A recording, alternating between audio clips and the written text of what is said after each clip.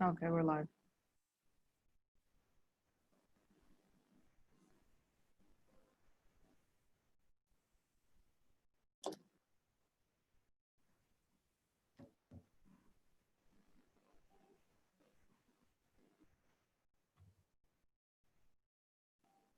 Assalamu alaikum, everyone.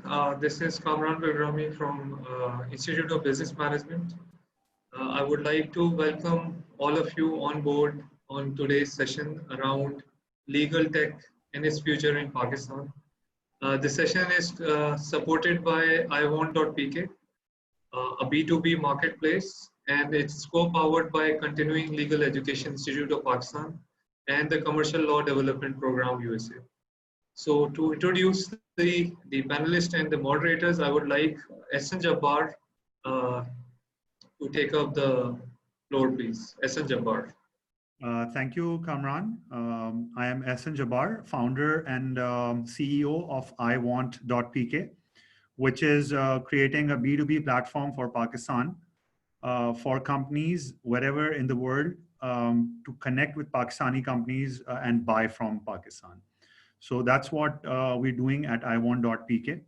I have my moderators over here, Imran Khalil and Fariha Shah.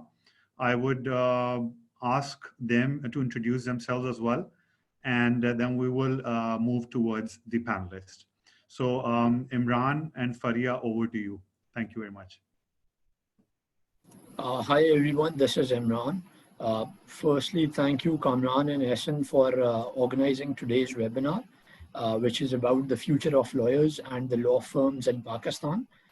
Today's session is part of the series of webinars that are being conducted under this platform, where we invite leading experts and panelists from different sectors to share their learnings and experiences. Our panelists today come from the legal profession. We're joined by John Dickerson, Senior Attorney, Commercial Law Development Program, USA. We're also joined by Barrister Nausheen Ahmed, Company Secretary and Head of Corporate at ICI Pakistan. Our panelists today also comprises Shaharyar Nashat, Company Secretary, Director Legal and Public Relations, Hub Power Company. We're also joined by Amar Naseer, Partner AUC Law, Member Consulting, Legal Education Institute of Pakistan. Our session today will be exploring their input on three main themes, which is legal technology, big data, and online courts. We're also joined by Sohaib Saleem from Wokla.com and Altaf Qureshi, who are representing Wokla.com and paksign.pk. Fariha, if I can move on to you, you will be co-moderating this session. If you also want to briefly introduce yourself. Thank you, everyone. It's a pleasure being here today. Again, this is a series of webinars that we're doing on this platform post-COVID to understand the impact of this new normal across industries in Pakistan. The specific webinar is very focused on technology and its impact on our legal profession and how our legal frameworks can be upgraded, inshallah, to make things more accessible and easier for the normal human being in the country. I'm Fariha Shah. I'm a IoBM alumni and a corporate marketing professional with around 20 years of experience. And we're looking forward to having all these wonderful people with us today. So moving on. Imran, I think we can start with our first introduction. Just before we do that, our audience can also engage and participate by sharing your comments using the chat option. And you can also post your questions using the Q&A option. And I would request the hosts to summarize the questions and highlight the prominent ones to the moderators. If I start off with John Dickerson joins us from USA. John, I understand it must be very early morning for you. Firstly, a very warm welcome to you for joining us. Tell us a little bit about yourself and your activities in Pakistan. Well, thank you very much for that kind introduction. And I want to, first of all, just thank everyone that's on this virtual meeting. I appreciate, everyone appreciates their time and effort on this discussion of the intersection basically of law and technology. I'd also like to especially thank IOBM and CLEIP for spearheading this session. To talk a little bit about myself, especially in the context of today's topic, I remember I started off life as an engineer. So let's get that out into the open right now. And I remember talking with lawyers and with business people and with engineers as I was trying to decide where to go with my career. And granted, this was 30 years ago, but I found it extremely disconcerting that when you look at each one of those three professions, engineering, law, and business, every person that I talked to, and I talked basically with three levels, new folks, granted 30 years ago, new folks, middle management, middle organizational people, and some of the top people. And they all had the same reaction with their own perspective, or from their own perspective. The engineers said, "John, why do you want to study law? Why do you want to study business? Aren't you committed to being an engineer? You know, that's a full profession in and of itself." When I talk with lawyers, they said the same thing. "Aren't you committed to the law? Why do you care about business?" And when I talk with the business folks, I heard the same thing from them. And it was just puzzling to me that people were so focused on their individual career area. And I've seen that change. This session is especially on point with that. To be effective in almost any career, be it law, be it business, engineering, you name it, you will do your best.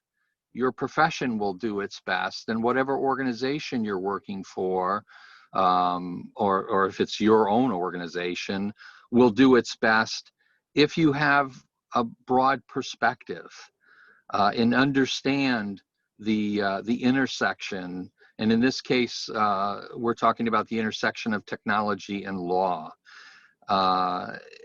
So this is near and dear to my heart. My office, the Commercial Law Development Program, works in government to government technical assistance across the board in areas of the law that help facilitate commerce. So that's been the focus of my so far brief career, 10 years with the U.S. government. Prior to that, practically 30 years in the private sector, working for Ford Motor Company's legal office. And so I've watched the area of intellectual property. So I'll use intellectual property almost as a proxy in talking about technology generally. I've watched the portion of my legal practice expand tremendously over this 30-year time period. From intellectual property was just accounted for within the general category of the value of the going concern. And I've gone from that end of the spectrum to the technology companies of today. We've gone from massive capital investment for brick and mortar to the intangible property making up the largest part of the assets of an organization. So those are sea changes.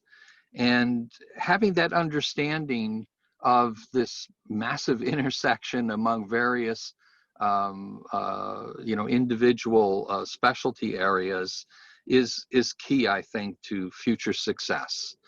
And I think that technology as it impacts the practice of law is very much interested in changing rapidly, not only for the lawyers in what they need to learn about new changing technologies, but also for the clients that the lawyers support, the business people, the engineers.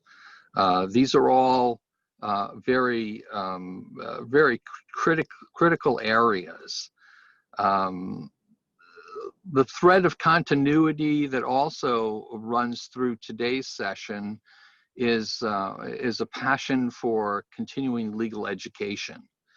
And I say CLE because because as a lawyer, that's what I'm focusing on in my efforts through the Commercial Law Development Program in Pakistan with CLEIP, the Continuing Legal Education Institute of Pakistan.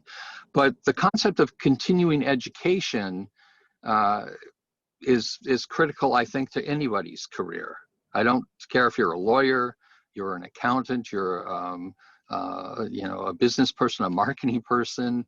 One of the best ways to keep up and be relevant with the changing times is this concept of continuing education, whether it's formally or informally. But that's absolutely, I think, key to matters.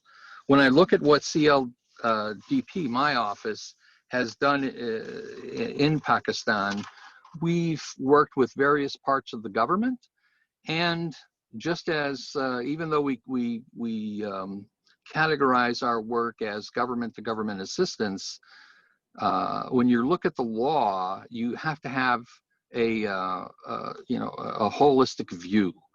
So continuing legal education and working with the private sector is very much a key to impacting the overall legal environment for business. Most recently, in cooperation with the Higher Education Commission and with CLEIP, we've hosted a number of workshops. The most recent was in Karachi this past March, where we did a 2-day licensing program, a technology intellectual property licensing program with the various university people from their Office of Research, Innovation, and Commercialization, their ORICs, and also their business incubation centers.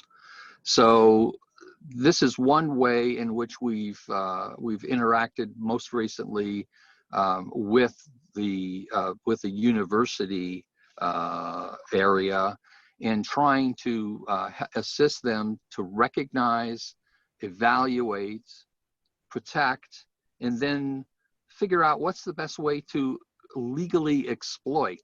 And exploit sounds negative sometimes to people's ear, but the way to utilize the intellectual property, the work product being generated within the university. When we look at the overall environment in any country regarding intellectual property, you need the buy-in across the board of the lawyers, the business people, the general public. I like to kind of take a riff, if you will, on that saying, "A rising tide lifts all boats." I think intellectual property lifts all boats. You don't have to be super educated to, from an academic perspective, to participate, to see the benefits in intellectual property. It's regardless of gender. It's regardless of irrespective of economic situation. John, Intellectual if I might property. interrupt you here, I just want you to touch upon a bit about, I believe you're trying to say that people, specifically in the legal profession, should also continually re-educate themselves. So kind of like how doctors have to recertify after every 10 years. So is that something that is happening at your end? Do lawyers have to recertify after a certain point in time? Because I do see the merit in that because the law keeps changing. Although Right. because you guys are actively practicing it, that's an ongoing learning that keeps happening. One would argue that doctors do the same, but in the US, for example, you do have to recertify after every 10 years. Is that something that you're suggesting here for the legal profession too? Absolutely. Well, let me just say that I think that along with CLEIP, one of the things we're advocating for is the general acceptance of the concept of continuing legal education, as opposed to X amount of years of law school. You get your diploma, you're now certified to practice law, and guess what? Anything that that you learn just comes through your obligations of the business that walks into the door of the legal firm or the law firm that you either own or you're working for. In the United States, it is a state-by-state decision or regulation by the State Bar Association. And so some states have a requirement for X amount of years annually to continue to have a valid license to practice law. Other states do not require that. The majority of states in the United States do require continuing legal education. And toward that goal, there are any number of individual state bar associations or other larger or even smaller county level as opposed to state level legal associations that offer continuing legal education. Because of the overall environment, as far as how technology impacts business, a lot of these CLEs focus on the new technology and how that's impacting the legal requirements. So that's, I think, absolutely critical in the law. Just as you mentioned, doctors, medical doctors need to keep up to speed. And so that's good for anyone. Teachers need to learn what's new because what they teach their students changes continually too. So I view this as key, this concept of continuing education. And as you can tell, I'm a huge advocate of that, and want to hope to continue from my office, CLDP, to work through organizations like the Continuing Legal Education Institute of Pakistan, and through HEC touching base with the various Pakistani universities so that we can work together for those students that are studying and coming into the profession. And not only that, but helping the universities leverage the assets that they're developing just through the natural work product that's generated by the universities. So having said all of that, I'm very much interested to hear today's discussion, not only how it impacts the practice of law, but also how we service the legal clients. In my one pitch, if you will, that's outside of continuing education, and that's that.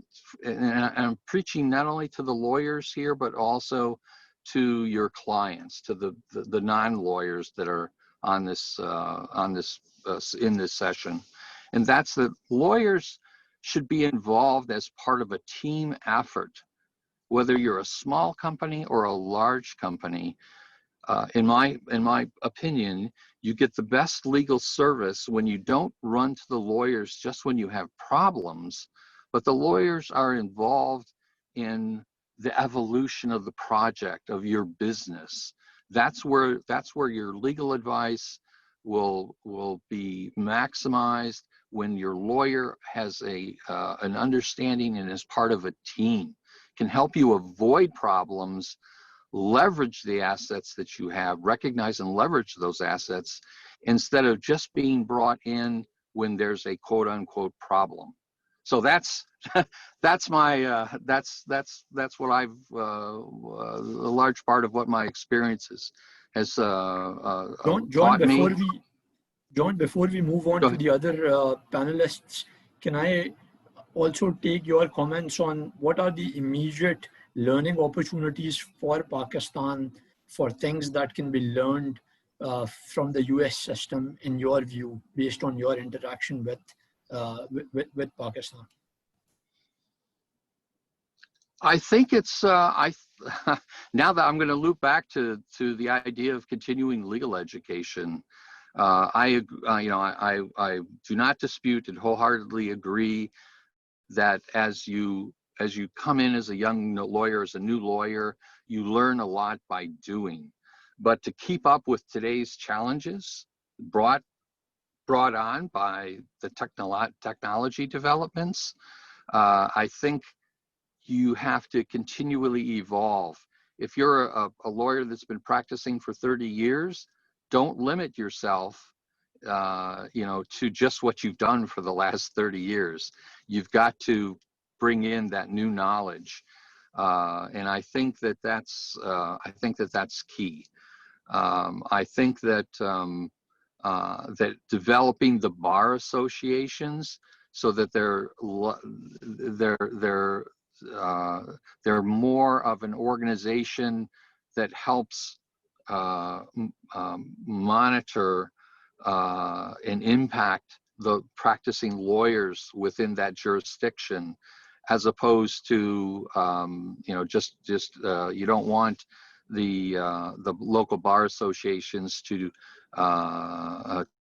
just be that social type of you generate business by who you know within the group.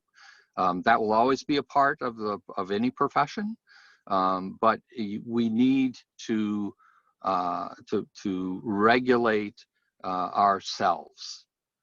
And I think that what I see in Pakistan is a developing expertise both on the private sector side and with, say, the judicial side on when I'm thinking of intellectual property rights knowledge and application. So the rule of law is key, recognizing those legal specialty areas, both at the judicial level and at the practicing advocate level, is key, and I see that developing within Pakistan.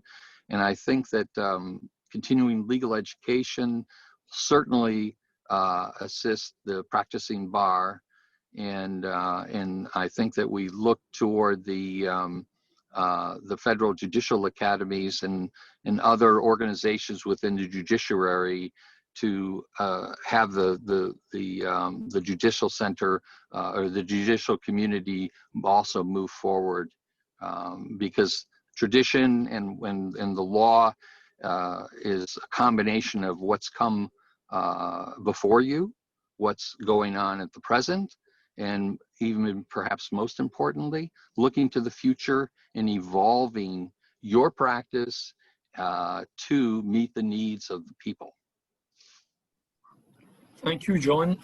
I want to move on to our next panelist, and we will keep you engaged, John, throughout the session. But our next panelist is Barrister Nausheen Ahmed, and she joins us from ICI Pakistan. I want to start off, Nausheen, with you by asking you your thoughts on mediation, and also how it can help businesses in Pakistan, and also what sort of hurdles do you see businesses are facing in terms of mediation currently? So Imran, thank you for that question, because mediation is something which is very dear to my heart, and I'll explain the context. I have been an in-house corporate counsel for over 20 years now. ICI Pakistan, HBL, before that with Unilever Pakistan. And one of the biggest problems that we always face as a business is enforceability of contracts. And as people would know, that this is also one of the issues that the World Bank report takes up every year, enforceability of contract. And what does that mean? It means, and I think Fariha referred to this earlier before the session started, that if I have a problem and I need recourse to the courts, whether it is because of something that's happening in my business or because I've rented my house to somebody who doesn't want to vacate it, or I've bought something which is not fit for purpose. What is my recourse? My recourse is to go to court and spend at least 7 to 10 years running around, or okay, maybe a little bit less than that now, 3 to 5 years, running around trying to get my rights. And that essentially means that as a business, if you are in a legal dispute with somebody, they have that comfort that come what may, they can delay resolution for 3 to 5 years. And there's so many lawyers. I mean, I'm a lawyer as well. So if I'm saying this, I'm talking to myself also as part of the legal profession. And there are so many lawyers out there who will say to you, yes, you don't have a very strong case, but we will manage to get you a reprieve in terms of timing. So go ahead and do what you want to do. It's the same in the labor courts as well. So that is what interested me in 2006 when the IFC, under the Ease of Doing Business arm, working with the World Bank, launched a commercial mediation project in Pakistan, and they were training mediators. So I was part of one of the first batch of mediators who were trained, and they were doing a pilot project with the Sindh High Court. Now, the idea was that if you have cases which are in litigation, you can refer those cases to mediation after speaking to the judge, or if the judge feels that mediation is appropriate in your case, he can ask you to take your case to a commercial mediator. Now, mediation doesn't take you more than 2 days. It's a voluntary process, and essentially what happens is the parties are in charge of the solution. So when you go into litigation, your lawyers are speaking on your behalf, and it's the judge who hands out a judgment. If you go into arbitration, it's actually more of the same, that your lawyers are speaking on your behalf, and it's the arbitrator who you also have to pay. So it's extremely expensive process. The arbitrator hands out a judgment, an award, they call it. In mediation, firstly, it is voluntary. So we can't start mediation if both the parties are not willing to start mediation. It is without prejudice. So if you have a case in court, you can say to the judge, I've decided that I am going to try mediation, but if it doesn't work, I'm going to come back. It doesn't affect your case in court. It's confidential. And this is a principle that the Sindh High Court has upheld, that if you are in mediation with myself as a mediator, anything that you tell me, I cannot pass that information on to the other side, and I certainly cannot pass that information on to the judge. And the judges have upheld this principle of confidentiality. As you know, our cases are decided in open court. So if you are in a dispute with somebody, there are, 100 people in court who are watching. Oh, it's a family dispute. It's an inheritance matter. It's a divorce matter. In mediation, there is nobody who is watching you.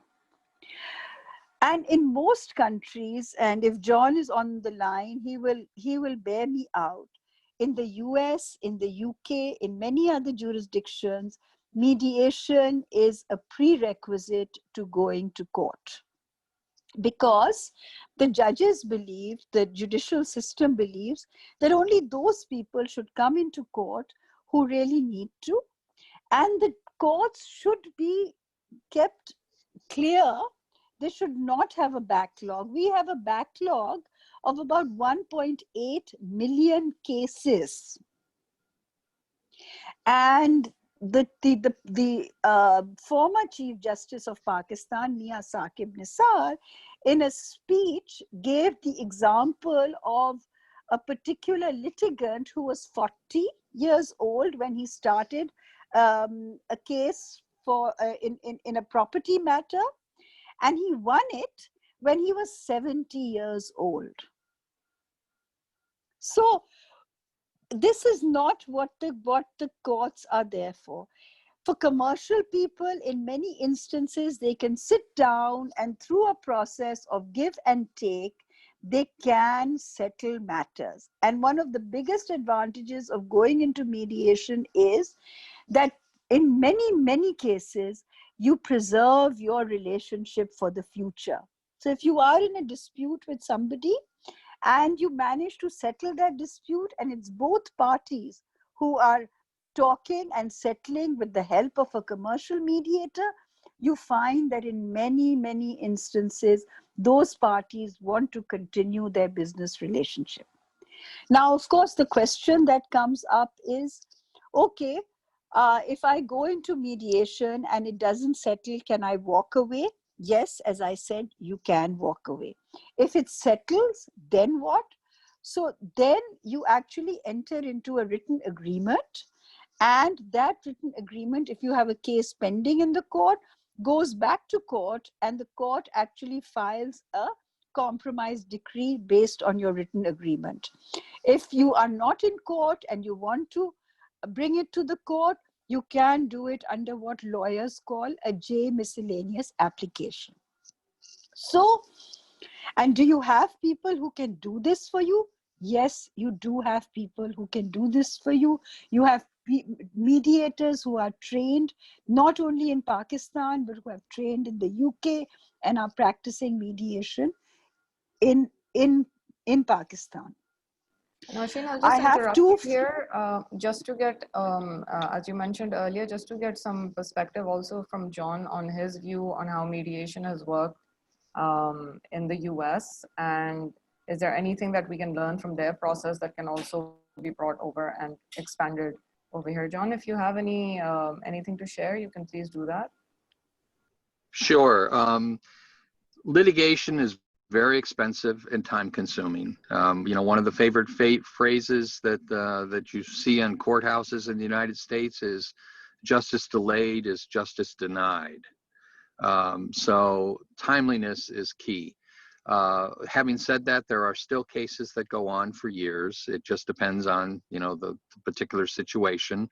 But from a commercial perspective, many companies write into their contracts a sequence of events that has to take place before you get to litigation. Mediation, if you write in a dispute resolution clause that is internal to the parties, that's even before mediation, and that is always encouraged. So you go from trying to settle it through a process that's defined in the contract to then going to mediation. If a side rejects mediation, wants to move on to arbitration, then they do so at their cost if they lose. So that's just one little feature, but there are a number of ways that you can structure alternate dispute resolution clauses that encourage the parties to settle in a reasonable manner without going to litigation. And then naturally you have the contracts that that go along with a customer buying something from you. And quite often there are terms and conditions in the purchase of a product that says that you will go to arbitration. That has met with varied levels of acceptance, because that can be used by large companies to discourage litigation when there's something defective with their product. But on the whole, I would say that alternate dispute resolution methods are very successful, and that's from my experience, my perspective on the business lawyer side, working for a large organization, a very successful approach. Okay, thank you, John. I'd also just like to pull in Shaharyar, Nashat here. Nausheen mentioned that the mediators have been trained and now they are a part of our legal system, and that is, it's a preferred go-to before we move on to litigation and arbitration. In your opinion, is this something that can become a part of the curriculum when it's being taught to new lawyers coming out of law school, that so they come out prepared rather than having to be trained again over and above? So for the next generation of the legal profession, maybe this is something that can be already a part of their repertoire when they come in. Shaharyar, you're on mute right now. Yeah, sorry. So I think the question is very pertinent, and I think this is something that we as lawyers, as people that have been in the industry and the profession, really need to think over, and we have to be the agents of change. We need to be demanding this of the law schools in Pakistan to make that change in the curriculum, and to arm the new law students with the tools and the skills that they need to face the changing circumstances and landscape insofar as legal practice is concerned. I just want to touch upon what the changing landscape of the legal practice is going to be, and also what kind of change in curriculum we're looking at. In Pakistan, where the adoption of technology, not just by the legal fraternity, but other areas of the economy or commercial organizations, has been relatively slow. And if you look at the manner in which legal technology or disruption is coming into play in Europe, in the US, etc., the role of a lawyer is going to rapidly change, and the legal practice is ripe for disruption at the moment. You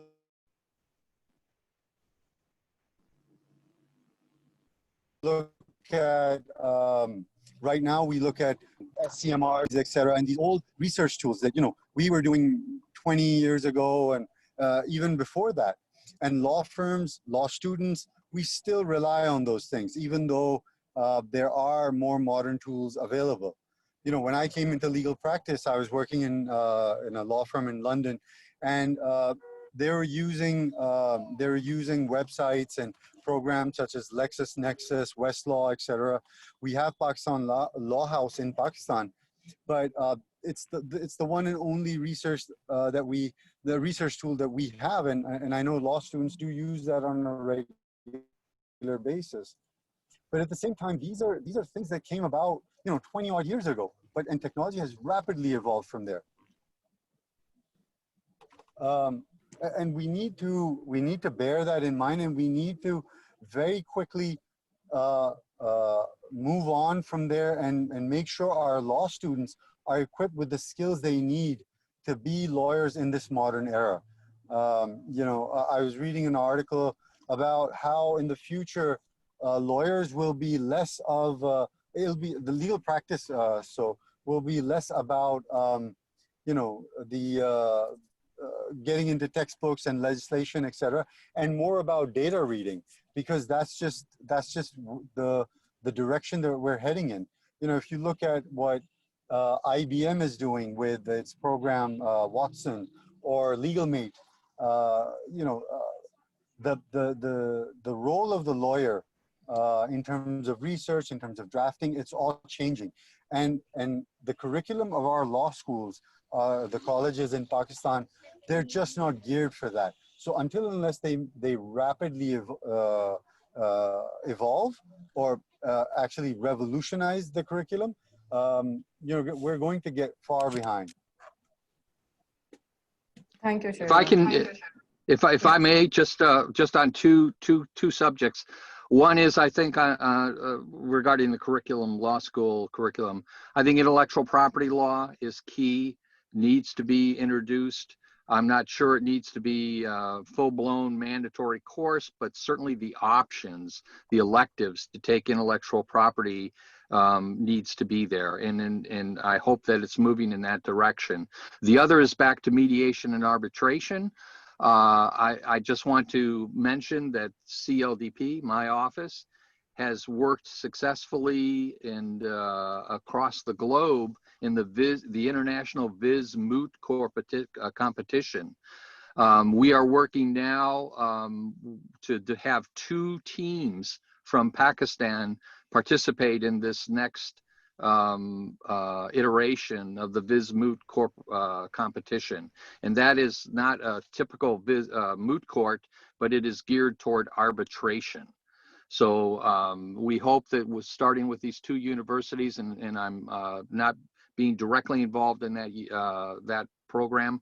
I can't tell you which 2 universities it is for sure, but we will have 2 teams from Pakistan, and we hope that that branches into many teams from many universities in the future. Thank you. Inshallah. Thank you, John. Nausheen, just to wrap up on this, I would like to just ask your opinion. So in the next 2 years, what percentage of the legal profession do you think needs to be trained on mediation for it to start having an impact on the speed of judicial judgments here and speeding up, especially in civil court, speeding up the resolution process? So Fariha, very quickly, the interesting thing about mediation is that it's not just lawyers who can practice mediation. So of the mediators who were trained under the World Bank program, a majority of them were actually non-lawyers and they were business people. So it's the skills that you need to be trained in. We do have a lot of lawyers now and business people who are trained in Karachi and in Lahore, because the IFC program worked in Lahore as well. We now have a center in IBA, the Institute of Business Management, called IBA DRF, which is modeled on the Harvard negotiation project and is working on training as well as mediation. I think now the base is there, the foundation is there. It's for business people. I mean, and I think the points made by John are extremely valid. So I'll just pick up on those. In Pakistan, litigation is not so expensive, and that's why people don't think about going into alternate dispute resolution through mediation. It is time consuming though. It's very time consuming. Right? So I think that's the understanding that our people don't have. What the consumers or civilians, let me call them, would end up with is that I have no other recourse but to litigate, and it will take 20 years.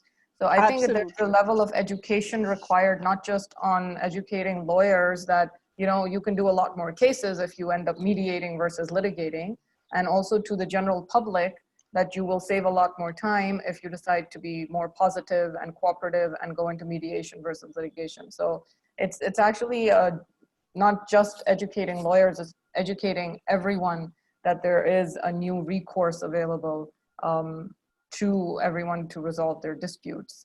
So I think that's a great point that you have raised, and it's something that even I didn't know about. So thank you so much for sharing that. Thank you, Fariha. And at the end, some of my co-panelists are also mediators, so I hope they'll pick up on some of these points also. And you've been a great advocate for mediation, so thank you for that. We all know where to go when we have any disputes now. All right, I'm going to hand back to Imran to introduce our next panelist. I want to bring in Amar Naseer, who's with us.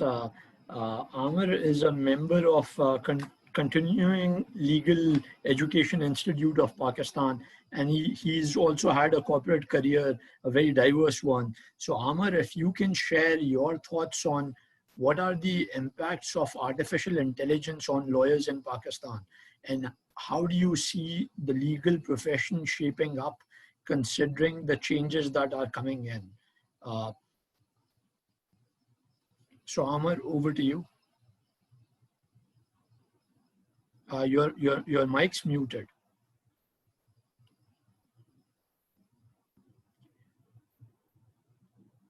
Amar, are you with us?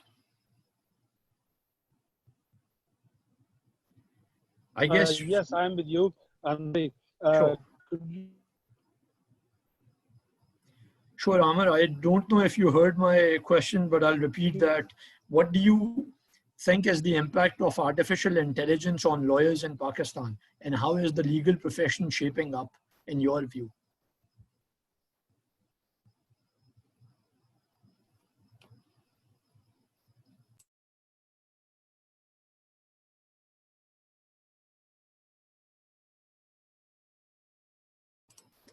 I suggest we move on to Shaharyar while we fix the link with Amar.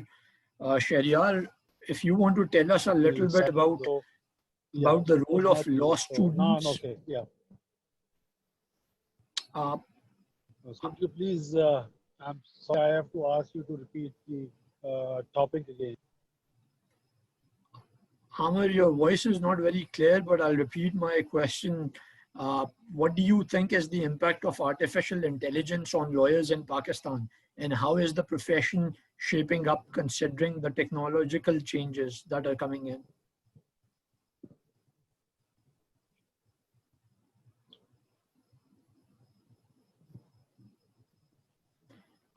I don't think Amar can hear us. I had connection somehow, not getting feedback from you. So sure, what we'll do is we'll come back to you. Let us move on to Shaharyar. Shaharyar, what do you think is the role of law students currently, I and how still is have a that? bad connection. So I would suggest that you move on to next panelist for the moment, because I don't want to waste the time for participants this time. So you may move on. Sure, Shaharyar, can you please tell us with all the developments, the tech developments that are coming in, how is that changing the role of law students, and are Pakistani law students geared up for that? Thank you. Yeah, I think just on a lighter note, I think, while we're talking about technology, we can see that technology is not always reliable, and there will always be glitches. But in any case, I think to your question, the role of artificial intelligence, and then before that, we're also looking at deep-rooted deep learning algorithms and robots as well, that are being employed by certain tech companies and law firms in the US. If we look at that trend, the role of the modern day lawyer is going to rapidly evolve. We were just talking a little bit earlier about continuing legal education, intellectual property, and we were talking about litigation as well. So I'll give you an example, and then I'll talk a little bit about what this means for law students, in my view. There's a program now that is being used by certain law firms in the U.S. It's been engaged for service for the last 3 years now, and it has garnered a lot of success. The program is basically a drafting program, wherein the client or the customer just simply feeds in certain fields, and then the program, which is a first-gen AI program, legal AI program, it drafts court pleadings, which can then actually be filed in a court of law in the US. And it is already being used commercially by companies. It's a licensed program. So, and that program is being used for various commercial disputes. I don't think it's been employed for criminal or other matters, but I do know that it is being used for commercial disputes. Now, just imagine an AI program already being used for drafting pleadings in a court of law.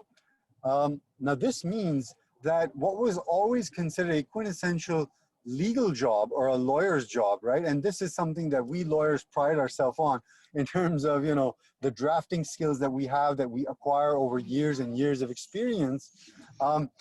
It's suddenly been taken over. It's suddenly been taken away from us.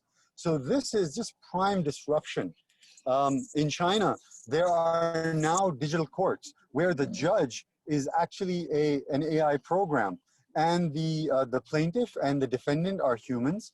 They appear before a digital judge, and the judge then looks at the pleadings that have been submitted, goes through the evidence, looks at all the motions and applications that might have been submitted, and then renders its judgment in the matter. Now, this digital court in China, the pilot program was in the province of Guangzhou. that is just being used, that was a pilot project 2 years ago, and now it's being rolled out in other provinces as well. It's being used in smaller commercial disputes. So they're using the value of the commercial dispute as the benchmark at the moment. But the plan of the Supreme Chinese court is to roll it out into more provinces and then have this as a regular feature for all their small claims courts. Now, if you look at these trends, and if you're a law student or if you're a law school, you've got to ask yourself, what do I need to do now? Do I need to start studying, do I need to start studying coding? Do I need to start understanding that? Do I need to become a data reader? Do I really need to spend, 3 years just reading through books and books of law or legal philosophy or jurisprudence, and then trying to write pages and pages of jurisprudence or legal theory and as part of my final exams? Or do I need to actually look at how these legal avatars, these AIs, these robots are actually doing their research, and then the product that they produce, how do I read that? And then in turn, service that for my client.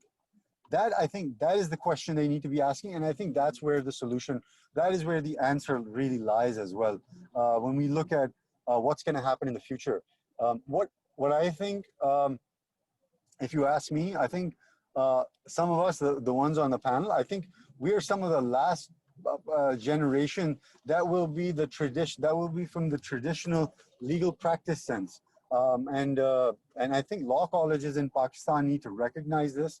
They need to adapt this, and they need to inculcate legal robots in their curriculum as soon as possible. Thank you, Shaharyar. We'll try to go back to Amar to see if his connection's working now, and to seek his input on the impact of AI and technology on the legal profession in Pakistan. Amar, can we see if you can hear us and if your connection's working?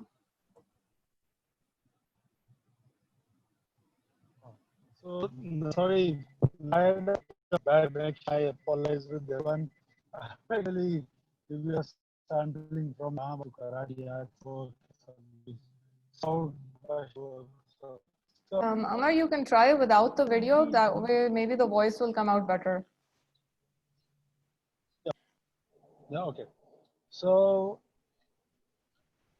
what happens that one of the key areas for me, I think that the lawyers should now start thinking about is the manning of legal firms and in-house counsel.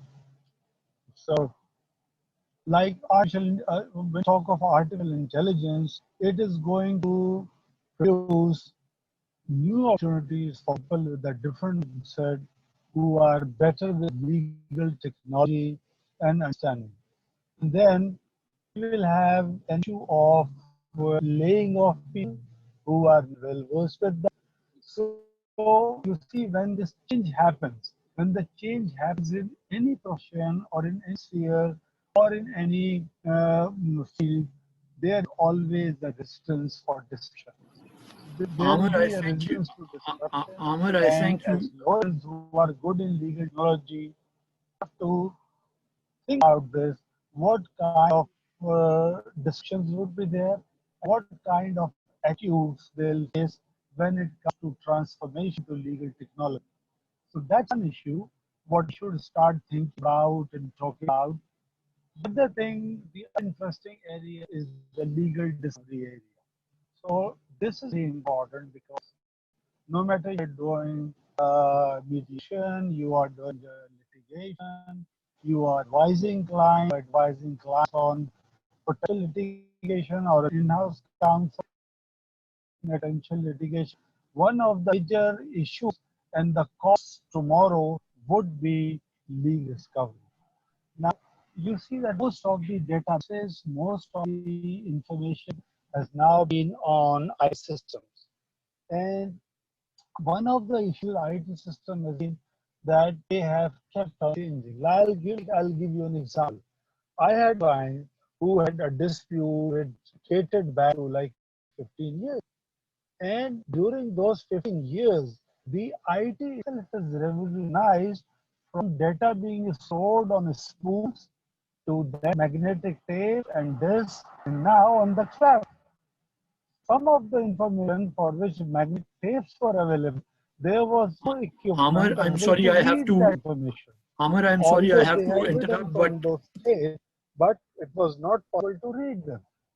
So you see, these Amar, I'm type of sorry, I have things to interrupt, but produce a lot of finding it. challenges Yeah, I and don't think he can problems hear us when it comes either. to electronic discovery. Kamran, can you just mute? Yes, can I What request the we'll host? do is we'll just summarize. So I think what Amar was trying to say is, as AI comes and digitizes all our resources, there are a lot of jobs in the legal profession that will not be required, and that will have an immediate impact over the next 3 to 5 years. And how are we going to account for that loss of employment? Something that happens across industries, as you have robotics and AI and technology being used across the board.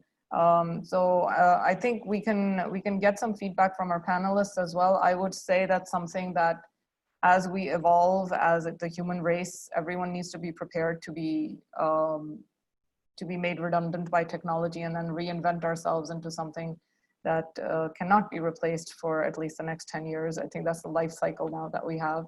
But I think this is a great topic that I think Altaf and Sohaib can probably touch upon in our next segment. So starting with Sohaib, maybe you can take that up and tell us how, because you guys are the ones that are actually bringing in this scary technology and digitizing everything. So tell us what your solution is to the other half of the problem. Yeah, so I mean, it's not all doom for Pakistani lawyers, at least for the next, I will say, another 30 years, if by my estimates, because, you know, I mean, talking about big law firms in Pakistan, I know very big law firms in Pakistan who still have stenographers sitting in their office who take shorthands because their lawyers can't even, you know, type on Microsoft Word most of the time.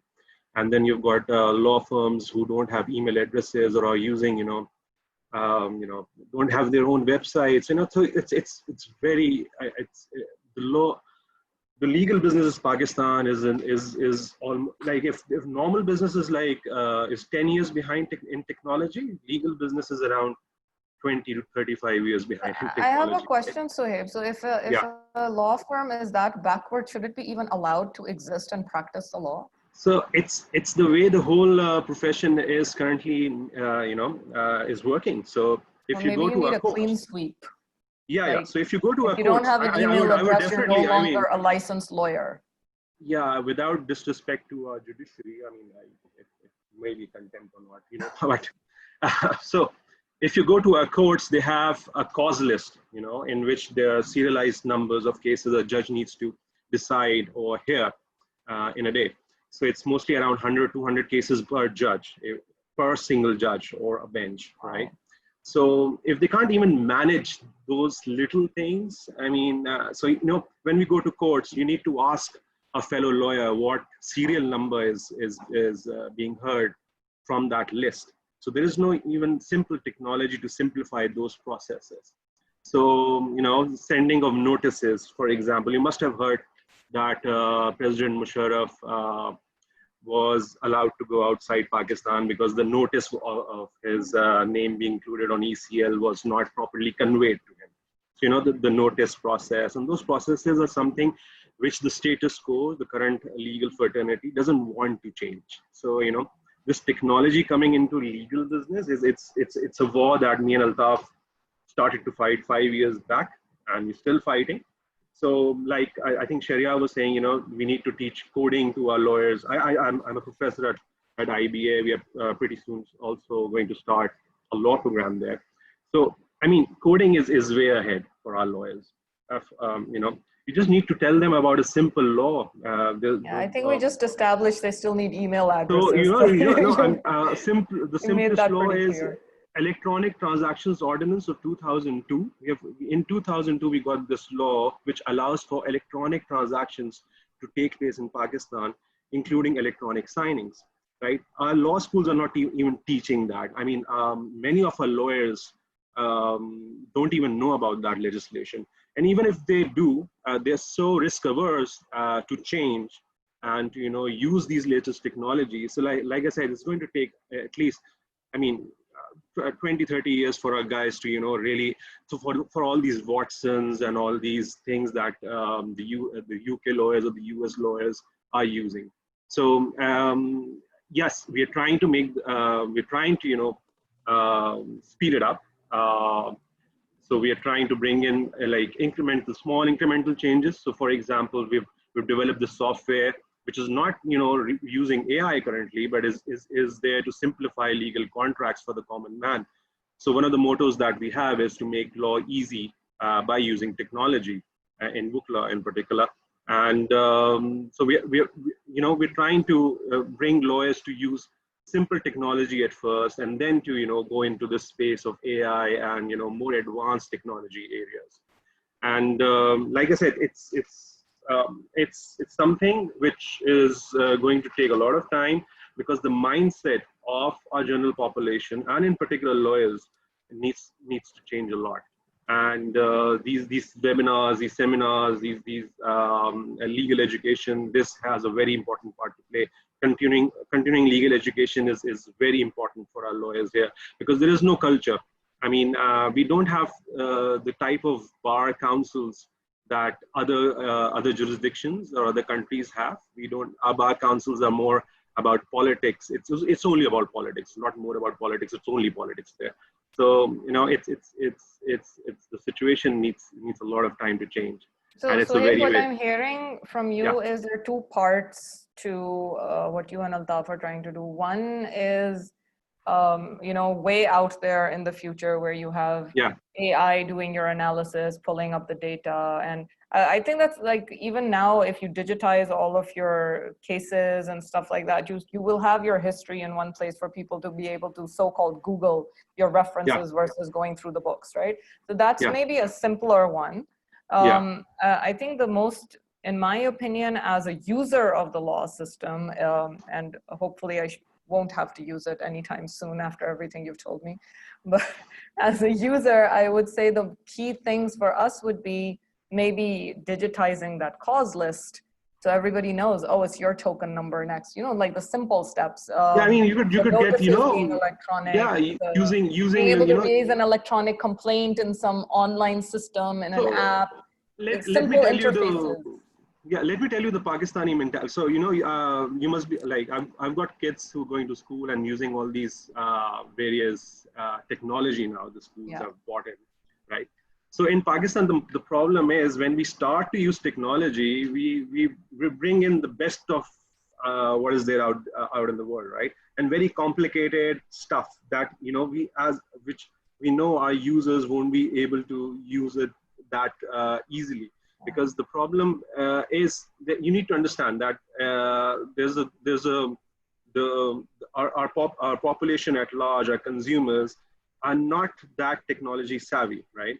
So you need to bring in changes which they can easily accept. So for example, you can't have everything based on out of a smartphone, because smartphone users are not that much in Pakistan. I mean, yes, there are, but you need to bring technology to their level. So for example, best example is Easy Paisa. It started off with an SMS tool to transfer money. So you need those types of small incremental changes which can lead to big changes in the future. So like I said, AI and those things are, for a Pakistani lawyer, they need not to worry about for the next 10, 15, 20 years. That's what I was saying. So starting from the ground up, you make small changes that basically start making the system more efficient and take you from now 3 to 5 years to maybe 3 to 5 months in terms of get judges to use it. I mean, judgment.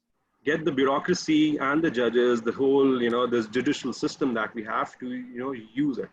I mean, until and unless they don't use it, the lawyers won't use it. So until and unless electronic signatures, for example, are not, as something which the courts won't start to recognize, the lawyers won't use it, right? The courts need to start accepting electronically filed, for example, cases or plaints in the courts. Then only, electronic contracts would get on. So this is something that our That's courts needs also to. a legal issue, right? That's It's something not. that needs to be converted into a law in order for we it to be already have accepted. laws, you know.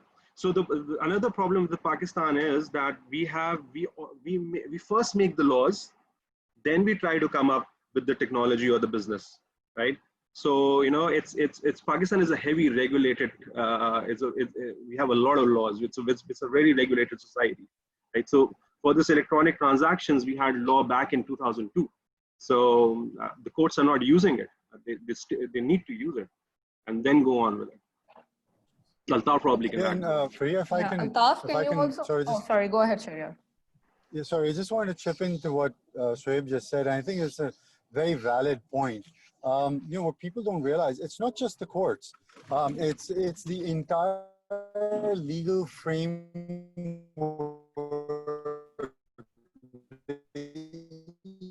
ecosystem that we exist in. And I've said, came back in 2002.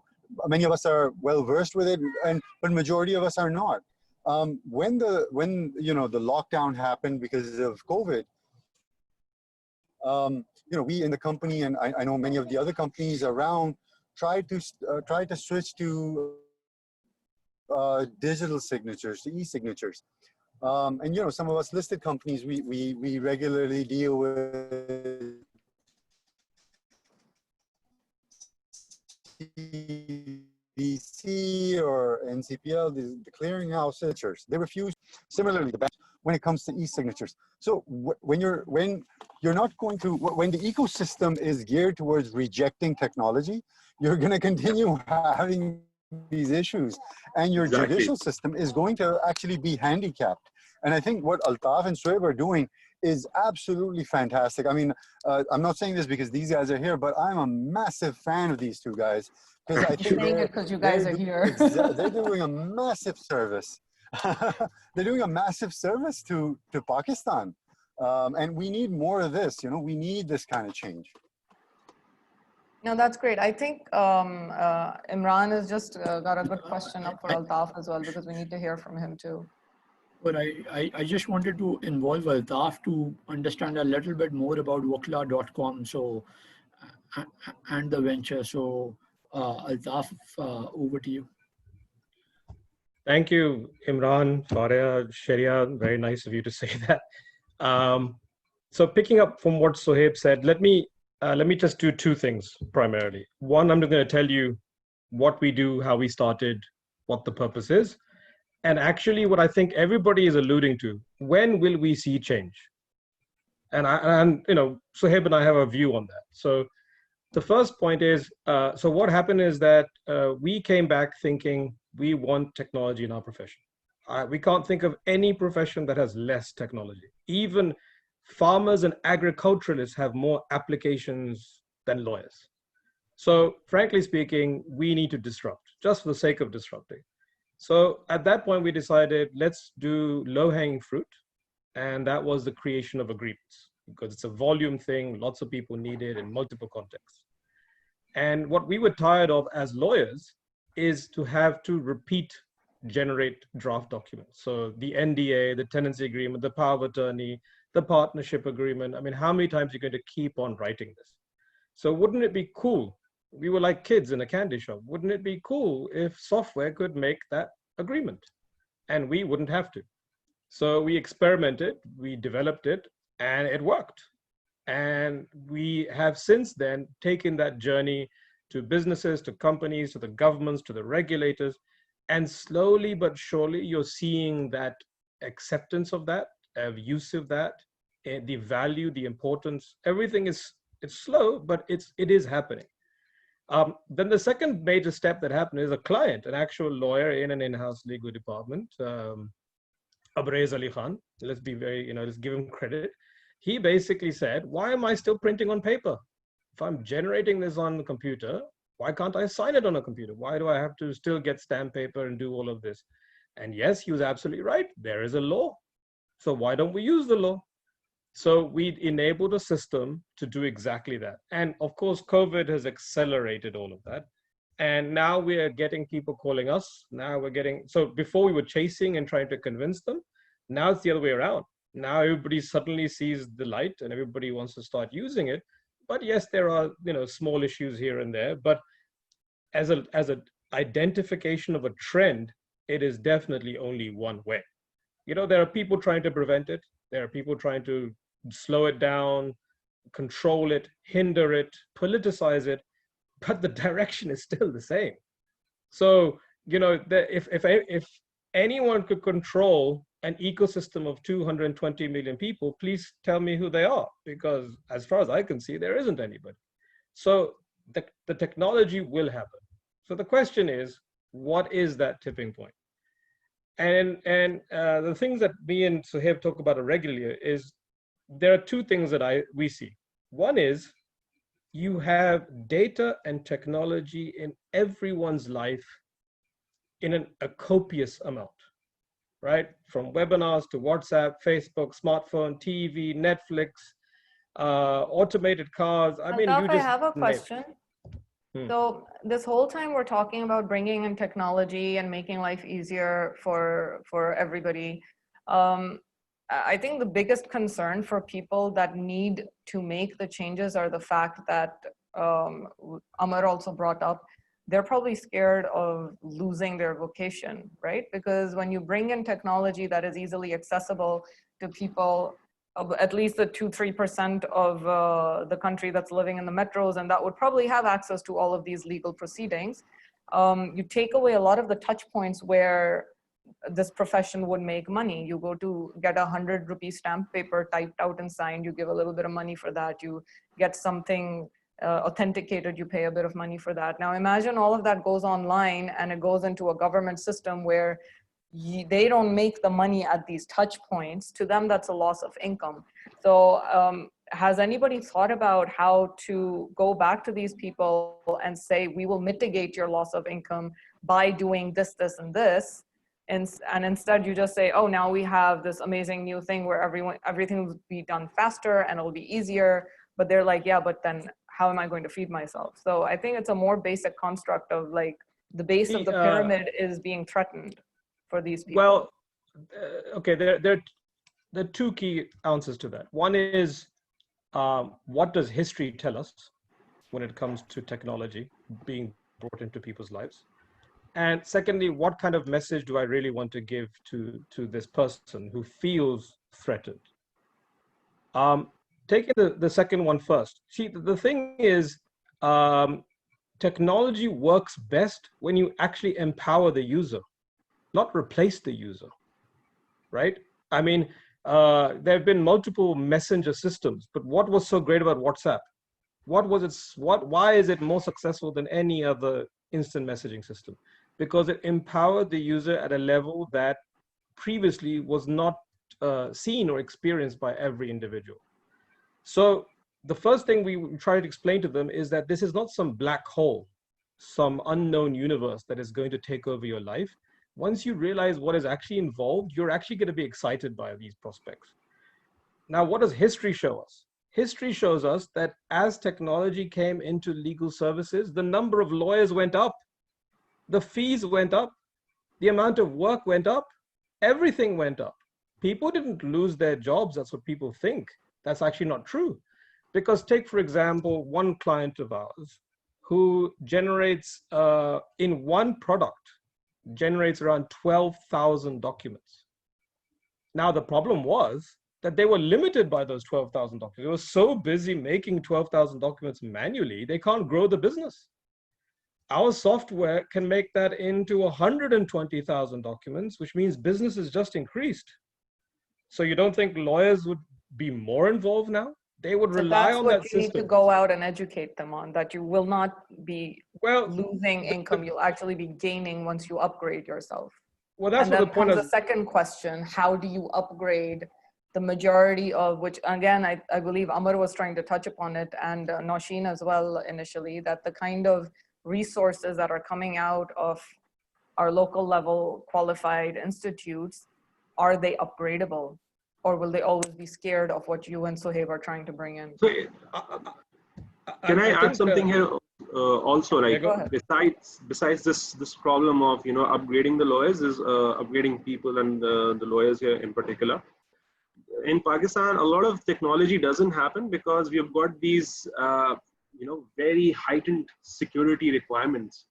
For example, courts won't use Skype, or I don't know for what. Rightfully so, though. I mean, and they won't I use understand Zoom. why they have. I mean, UK courts use they've got Skype. they've got these. We want the best. I mean, so we won't do anything with the data, but we want it highly secured, right?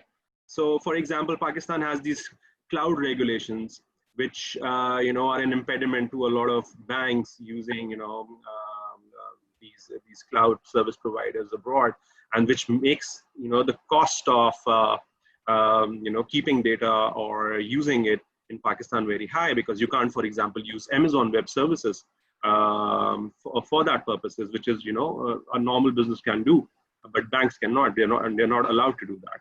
Well, because why? I'm Because just going to add here, Sohaib, we also have some very enterprising individuals here who do nothing but hack into those systems on a day and night. No, but it's like if you have it's the same is the case with US, UK, or other countries as well, right? They've got even more enterprising individuals, right? Yes, but you don't basically you don't stop businesses from innovating or using technology because you feel like that a certain percentage, which is 1 or 2%, or maybe less than that, is going to misuse that technology. There is always going to be a certain portion in every technology which is going to be able to break that technology or get inside or hack it or make it insecure. I mean, that's where I would argue that the strength of the legal system.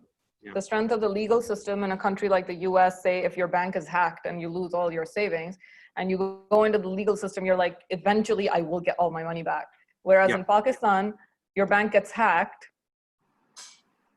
Yeah, I understand. So this is all of this is related. Again, right? it's what Shaharyar was mentioning. If you don't have the ecosystem protecting you from a potential security leak, then what is the government going to do? They're going to say, dude, you're not doing all of that because we can't protect you when something goes wrong. I'm part of this tech group in which just this morning, the guy was saying, it is so hard to open up an account on CDC, which is for trading stocks, right? That, they can't use technology to do. I mean, they are using some technology, but he was still having problems because they required physical presence and digital identification because of the security needs, right? So, but the thing is, you need to understand, in Pakistan, yes, technology in every country, technology would be misused by certain people, but you can't stop other people, or you can't stop. You cannot hold back making life easier for the majority of people by using technology, because a certain percentage will misuse it. For example, just to give you an example which people can relate with, Careem drivers or Uber drivers might turn out to be, they might steal from you, or they might, take you hostage. But that's a very, very small percentage. That's a risk that you're taking. Right? But that technology has really transformed the transportation industry in Pakistan. So that's a small. I agree with that. But I mean, I would counter argue that if your Careem driver takes you hostage, that's one individual being taken hostage by another individual. Whereas if somebody hacks a bank, they're taking everybody's money.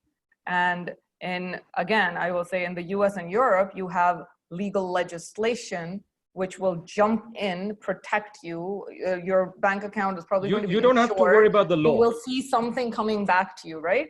You don't have to worry about the law. Is that going to be the case in Pakistan, where like millions of people will rush and say, oh my God, my money disappeared? How long will it take for them to go through our legal system to get their assets back? So I'm just playing the devil's advocate here. Like, you can have all the technology in the world, but if you don't have the judicial framework on the back end protecting the people whose assets are being used in that technology, then that's true for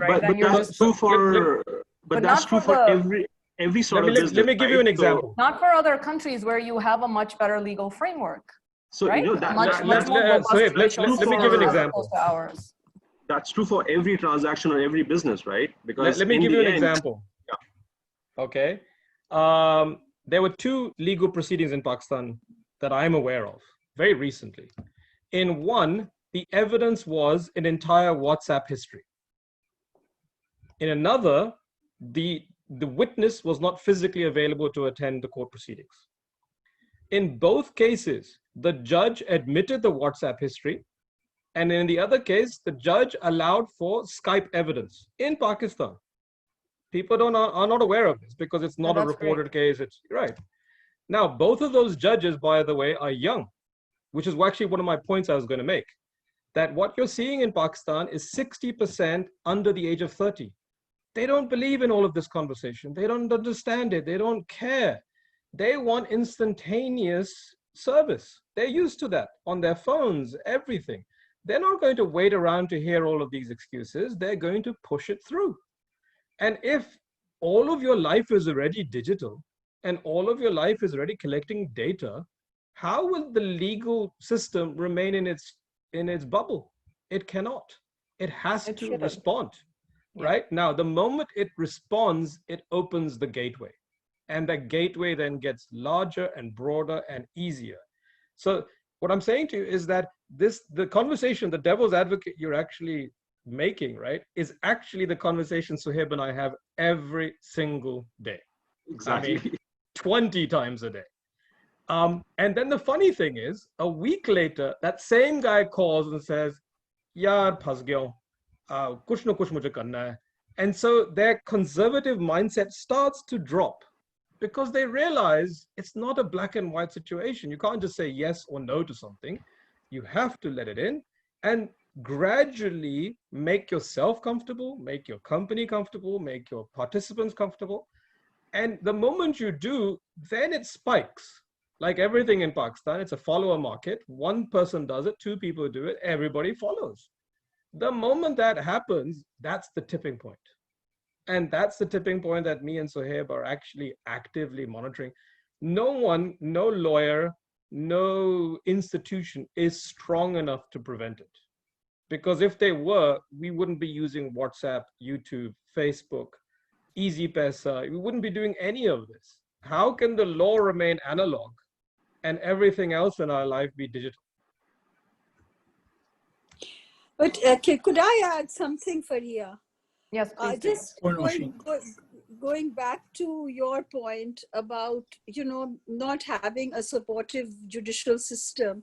You're absolutely right. It's the same. I mean, we don't have security, or we don't have water, or we don't have electricity. And I think what we're saying is that is not going to stop us, and we have to find ways around it. And again, your point about enforceability is so important.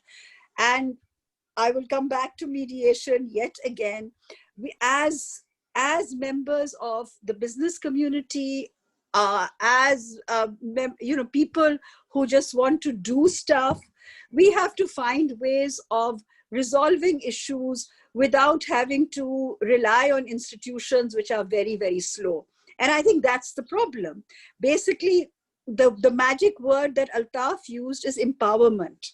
So we're talking about using processes, systems, methods, which empower us. And then there are people on the other side who will lose some control. And obviously it makes them very uncomfortable. But we have no option. Picking up from what Nausheen says, let me give you a vision of something that is very much around the corner. So mediation already exists, but the real trend is online mediation. So the Zoom platform being used to resolve a dispute in a single day without me leaving my home or my office or whatever it may be. Now, you add to this that there was another case, actually under the Electronic Transactions Ordinance 2002. Basically, there are 3 brothers, and 2 brothers had a dispute. Now, the third brother was trying to play neutral. One day, the third brother went to one of the brothers and secretly told him that I'm on your side, let's screw the other brother. Now, what happened was, what they didn't know is one of the sons was videotaping all of this on his phone. And when he went to court, and a typical court proceeding, typical lawyers, the whole thing is typical. The lawyer for the third brother took his son with him and said, here is a video on my phone. Now, they tried their best to prevent that from actually being presented as evidence. It took maybe a couple of months at the most in terms of delay. But eventually it was admitted. The moment it was admitted, everybody saw the video, and it was the end of the case. There was nothing left to argue. There's nothing left to dispute because they gave it away. Now you add that to an online mediation. Not only do you have fast evidence, conclusive evidence, strong technologically based evidence, and you move to an online dispute resolution system, now you've got both speed, scale, justice, access. A lot of these things are naturally going to come about. And sad to say it, but our colleagues in the legal profession are behind the trend. And you can fight as much as you want, but you can't stop it. So where do you go? You get ahead of the trend. Thank you, Altaf. Can I bring in Nausheen here just to slightly shift the topic towards how do we make Pakistani students more employment worthy? And firstly, by asking her, are they employment worthy? And also secondly, by asking her and also the other panelists about Gen Zs and millennials, how do we make them interested in the legal profession? So Imran, I think, again, looking at technology, one of the wonderful things that's happened is that by using Zoom, etc., we have all found that we can use technology for education. So in many ways, you know, having lawyers come in, sit through lectures for hours on end, maybe we don't need that anymore. Maybe those lectures can be uploaded and students can listen to them when they on their own time. And then what do we replace that with? We need them to start doing critical thinking. We need them to start doing analysis. We need them to actually start thinking in solution-oriented ways, whereby they can actually apply the law to the issue at hand. I think so, and that is very time consuming, and it's actually much harder to do than just standing up and giving a lecture.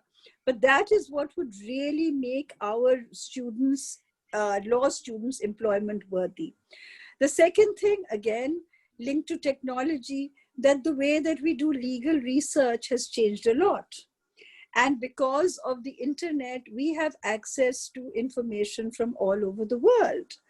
And again, we need to gear our students up to be able to use things like Pakistan Law Site, be able to do that digital research, and be able to sort of, you know, see what's happening in other countries and bring those trends back and that case law back into Pakistan.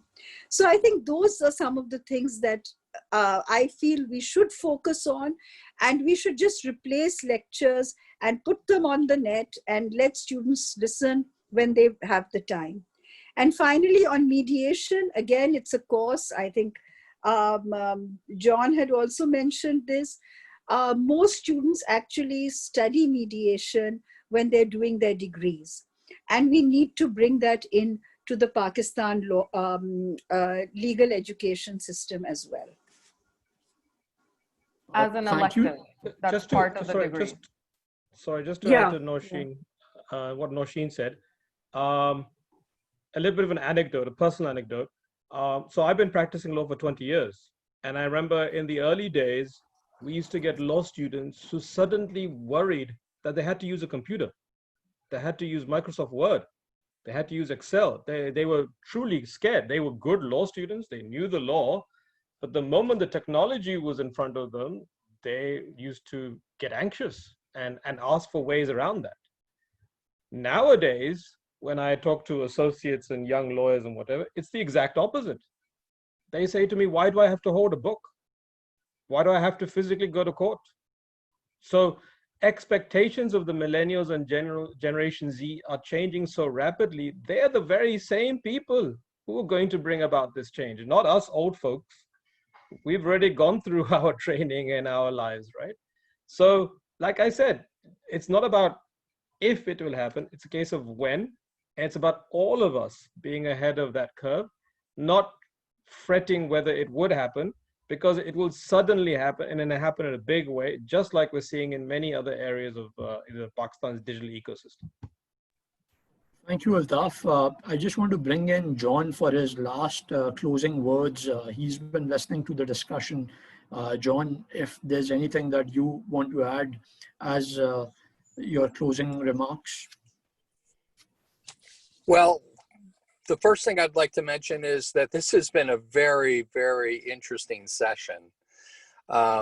Being one of those old folk, I will say, however, that if you don't continue to learn, then your value goes down. So I do agree with the earlier comments that these new and upcoming generations, they obviously formed the bulk of the community going forward, and these changes that we're all talking about, and perhaps some of us fretting, will come about.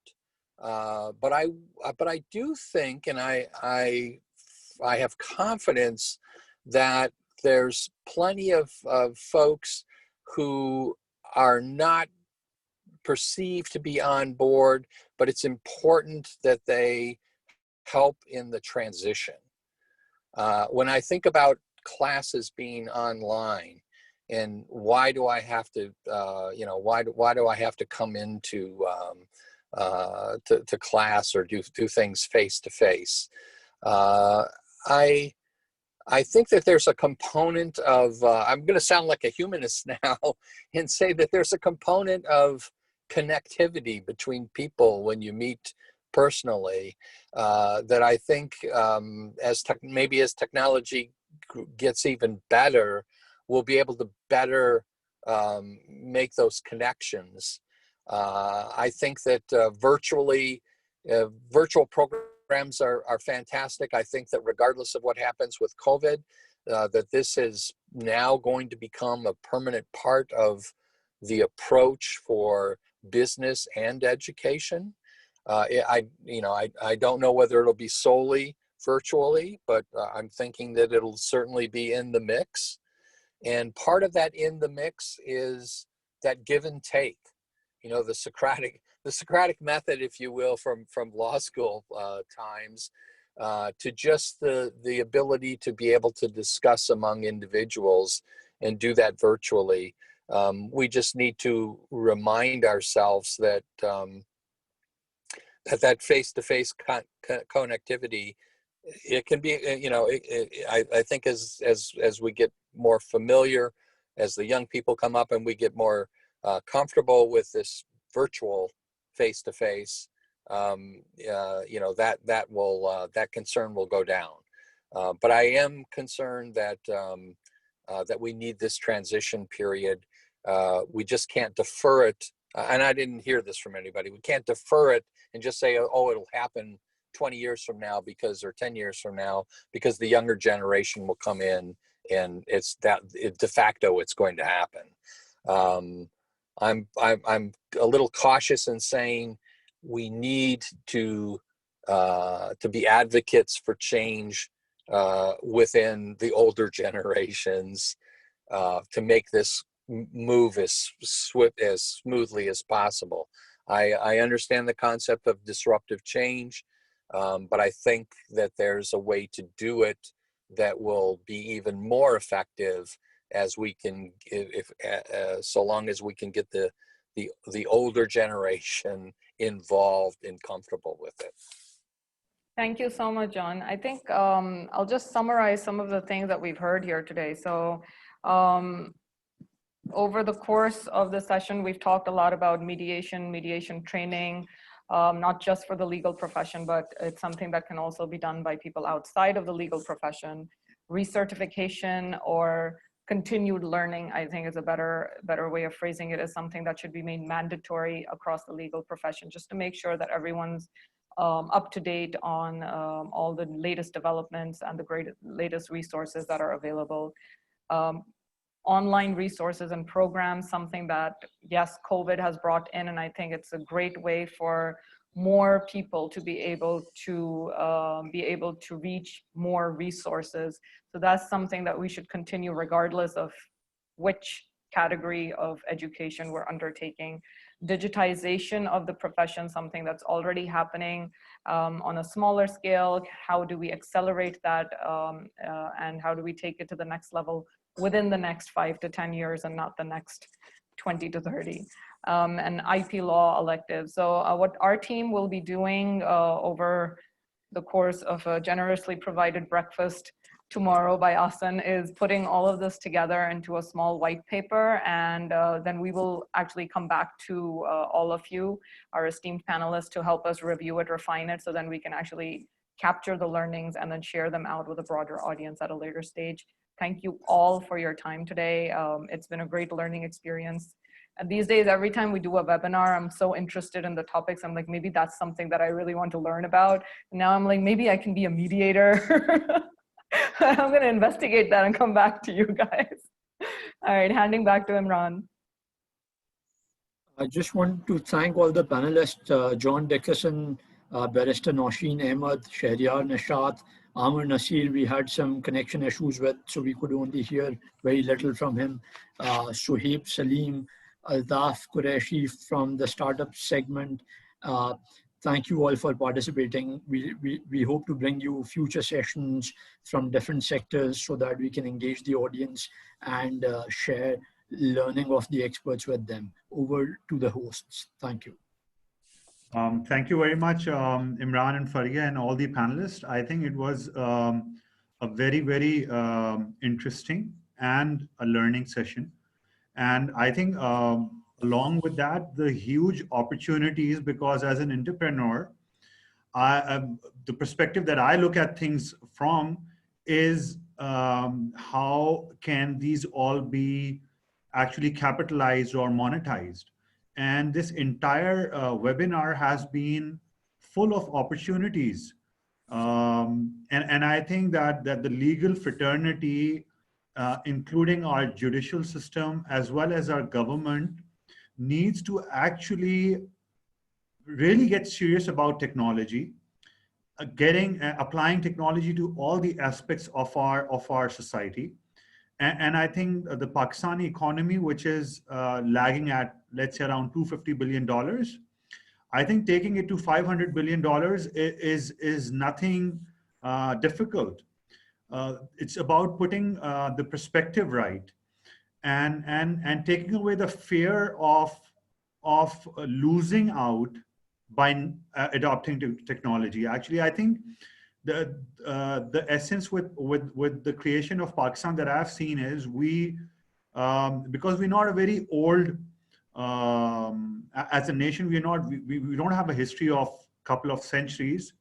So we are holding on to a lot of things out of fear of losing them out.